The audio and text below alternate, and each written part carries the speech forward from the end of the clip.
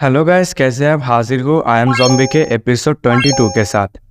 तो जैसे कि हमने पिछले एपिसोड में देखा था, ब्लड क्वीन ने सारे चिप्स को वहीं पर ढेर कर दिया था और प्रोफेसर जिमा से कहा था क्यों ना तुम मेरी बॉडी को यूज करो। तो आप आगे इस एपिसोड के शुरुआत में वो ज़ॉम्बी किंग ब्लड क्वीन से कहता है, हाँ ये तो इंटरेस्टिंग है। तो तुम्हारा कहना है तुम मेरे से भी ज्यादा स्ट्रांग हो। ज़ॉम्बी किंग की ये बात सुनकर वहाँ पर कुछ देर के लिए खामोशी छा जाती है। फिर ब्लड क्वीन उस ज़ॉम्बी किंग से कहती है, हाँ लेकिन थोड़ा सा स्ट्रांग नहीं हो। अगर तुम्हें यकीन नहीं है तो फिर तुम टेस्ट कर सकते हो। कहते ही ब्लड क्वीन अपनी ब्लड लाइन को एक्टिव कर लेता है और तभी बड़ी तेजी के साथ वो ज़ॉम्बी आकर ब्लड क्वीन के ऊपर अपना एक मुक्का दे देता है, जो देखकर ब्लड क्वीन शॉक्ड हो जाता है। लेकिन तभी अगले पल ब्लड क्वीन अपने मुक्के से उस ज़ॉम्बी किंग के मुंह पे दे मारता है, जो देखकर वहाँ पर जितने भी लोग थे वो सभी शॉक्ड हो जाते हैं। और ब्लड क्वीन के मुक्के की वजह से उधर एक बहुत बड़ा शॉक वेव निकलता है और हम देखते हैं वो ज़ॉम्बी किंग एक दीवार को तोड़ते हुए उस न्यूक्लियर रिएक्टर के पास जाकर एक दीवार पे धंस जाता है। और उस ब्लड क्वीन को देखते हुए वो ज़ॉम्बी किंग कहता है, ये अटैक तो उस ज़ॉम्बी की तरह स्ट्रांग है, ये कैसे हो सकता है। तभी उस ज़ॉम्बी किंग की नजर अपने साइड में पड़े न्यूक्लियर रिएक्टर की ओर जाता है और बड़े ही तेजी के साथ छलांग लगाकर उस न्यूक्लियर रिएक्टर की ओर जाता है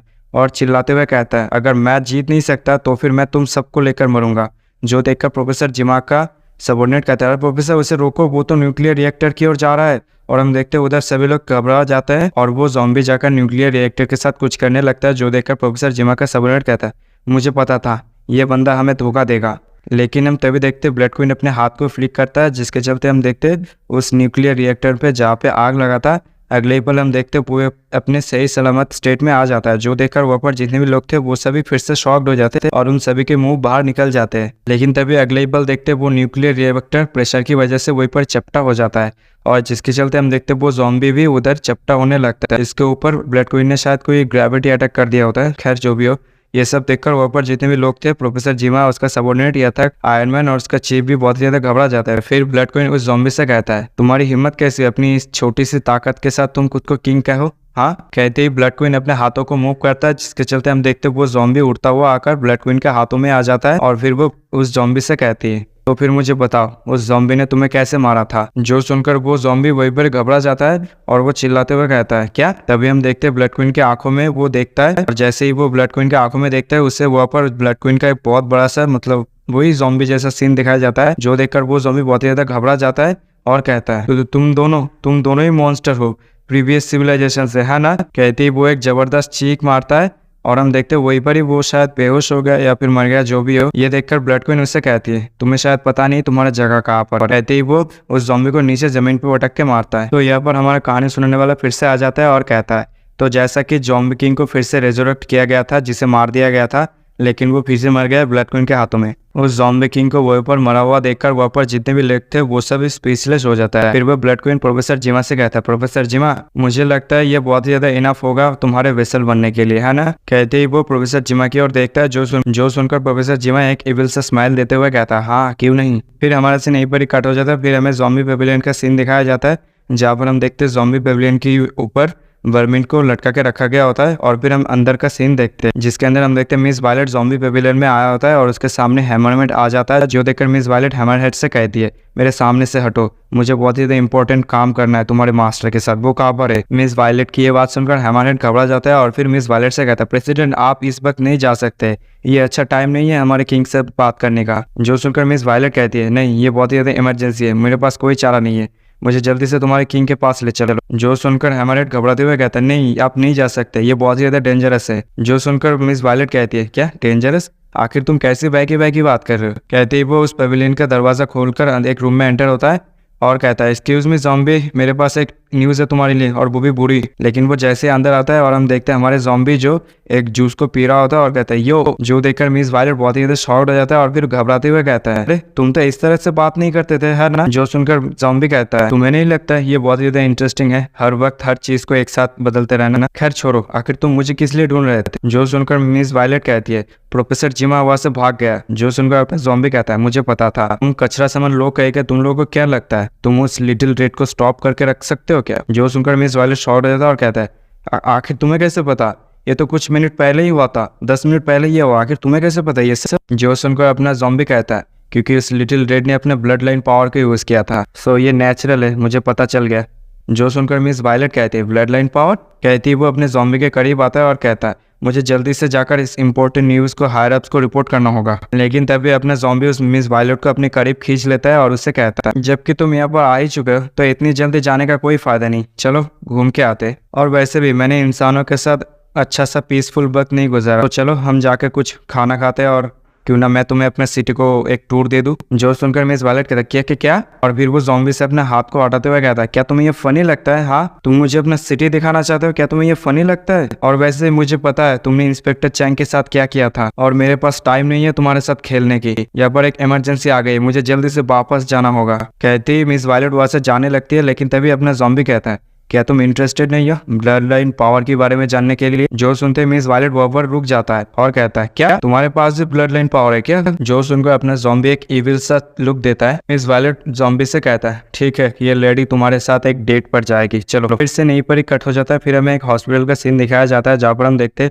उन सारे चीफ्स को हॉस्पिटल में ला गया होता है, जहाँ पर हम देखते सारे डॉक्टर मिलकर उन सारे चीफ्स का ट्रीट कर रहा होता है, जिनमें से एक डॉक्टर कहते हैं, ये अभी भी ब्रीथ ले रहा है, जल्दी से इसे ले चलो। तभी अपना चीफ कुछ कहने वाला होता है, जो सुनकर वो डॉक्टर कहता है, क्या आप कुछ कहना चाहते हैं सर? फिर हमारा सीन एक बार कट हो जाता है। फिर हमारा सीन ब्लड क्वीन और प्रोफेसर जिमा की ओर शिफ्ट होता है, जहाँ पर हम देखते हैं प्रोफेसर जिमा का सबोर्डिनेट और वहाँ पर जितने भी लोग थे वहाँ पर होते हैं, और हमें हमारा ब्लड क्वीन दिखाया जाता है जो अलग ही अंदाज में बैठी होती है। चलो कोई नहीं। हम देखते हैं प्रोफेसर जिमा काम कर रहा होता है और कहता है, इनक्रेडिबल, ये मेरा पहली बार है इस तरह के अच्छी बॉडी को देखना, सच में ये तो कम्प्लीटली इनसिग्निफिकेंट है। वही ब्लड क्वीन का एक मेंबर कहता है, हे तुम गाइस, क्या तुम रैंडमली कोई भी एक्सपेरिमेंट कंडक्ट करने वाले नहीं है ना? क्या सच में उसकी जीन हमारे क्वीन को इम्प्रूव करने में मदद करेगी? तुम हमारे क्वीन को हर्ट नहीं करना चाहोगे, है ना? जो सुनकर प्रोफेसर जिमा का सबोर्डिनेट कहता है, अरे रिलैक्स रिलैक्स, प्रोफेसर जिमा का रिसर्च ह्यूमंस के बीच में बहुत ज्यादा टॉप पे आता है, तुम्हें घबराने की जरूरत नहीं।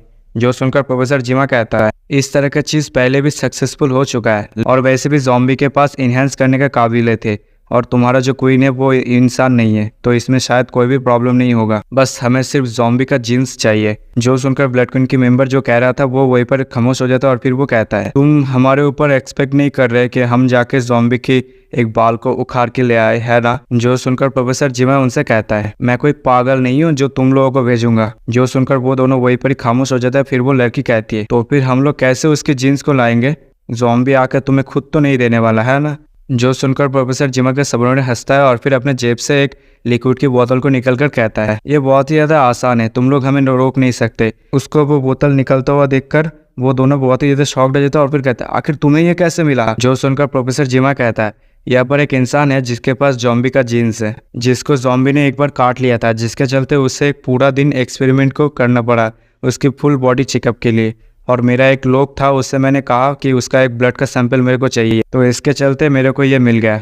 सच में अपने दुश्मन के बीच में अपना एक स्पाई को होना ये बहुत ही ज़्यादा यूज़फुल होता है। तो फिर चलो इसे स्टार्ट करते हैं। फिर हमारा सीन यहीं पर ही कट हो जाता है। फिर हमें एक शहर का सीन दिखाया जाता है, जहाँ पर हम देखते हैं एक रेस्टोरेंट में मिस वायलेट और अपना ज़ॉम्बी आया होता है, और उनके सामने एक वेटर जो खाना लाके खड़ा होता है, जो देखकर मिस वायलेट कहती है, ओह तो ये ऐसा है, तो इसका मतलब तुम्हारा जो पावर है वो इस नाम के साथ फिट नहीं होता है ना? अगर क्या हो मैं वापस नहीं गया तो यहाँ पर कोई साइड इफेक्ट होगा कि नहीं? जो सुनकर अपना ज़ॉम्बी वहाँ पर खामोश हो जाता है।